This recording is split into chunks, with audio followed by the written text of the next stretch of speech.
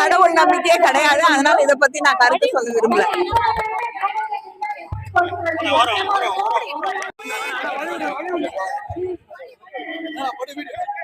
Madam அதுக்கு எப்படி பாத்தீங்க? கடவுள் நம்பிக்கை இல்லைன்றீங்க. முன்னாள் முதல்வர் செஞ்ச அந்த கிளாஸ் சொன்னார்ல, கூட்டணி முடிஞ்சிருச்சு சொன்னார்ல, அதையே செஞ்சிருக்காரு. மேலும் உங்க திட்டங்களையே அவர் ஃபாலோ பண்றாரு, காப்பி அடிக்கிற மாதிரி. இன்னைக்கு பாத்தீங்கன்னா சட்டமன்றத்துல தலைவர் திமுக தலைவர் ஸ்டாலின் அவர்கள் திமுகவோட காங்கிரஸோட கூட்டணி முடிஞ்சிச்சு இப்படி சொன்னார்ல, அதையே செஞ்சிருக்கிறாரு. மேலும் உங்களோட திட்டங்களையே செயல்படுத்துறாரு.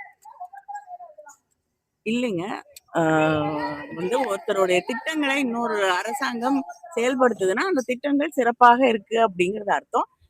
this is the best copying and imitation is the best form of praise அப்படின்னு சொல்லுவாங்க.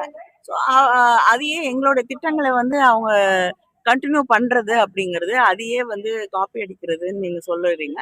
அதையே கண்டினியூ பண்றது அப்படிங்கிற ஒரு விஷயம் எங்க திட்டங்கள் சிறப்பான திட்டங்கள், நல்ல ஆட்சி நடத்திருக்கோம் அப்படிங்கிறதுக்கு அர்த்தாச்சு. மேடம் இந்த ஆட்சி சினிமா பாணியிலே தான் இருக்கு அப்படின்னு சொல்லிட்டு உதயநிதி சொல்லியிருக்காங்க. இந்த விஜயோட ஆட்சி சினிமா பாணியில ரீல்ஸ் பாணியில இருக்குன்னு சொன்னாரு. மேடம் அரசு மருத்துவமனையில பாத்தீங்கன்னா எதுவுமே சீர்கேடா இருக்கு.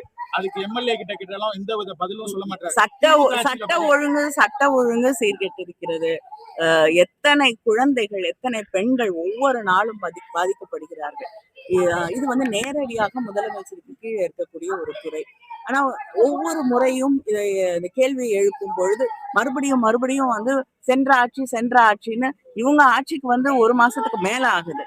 ஆனா எந்த பொறுப்புணர்வும் இல்லாமல் சட்டம் ஒழுங்கை சரி பண்ணுவதற்கு எந்த முயற்சியும் எடுக்காம வசதியா யார் மேலும் பழி போட்டு தப்பிச்சுக்கலாம் அப்படின்னு நினைக்கிறது மிக தவறான ஒரு முன்னுதாரணம். அதே மாதிரி முதலமைச்சர்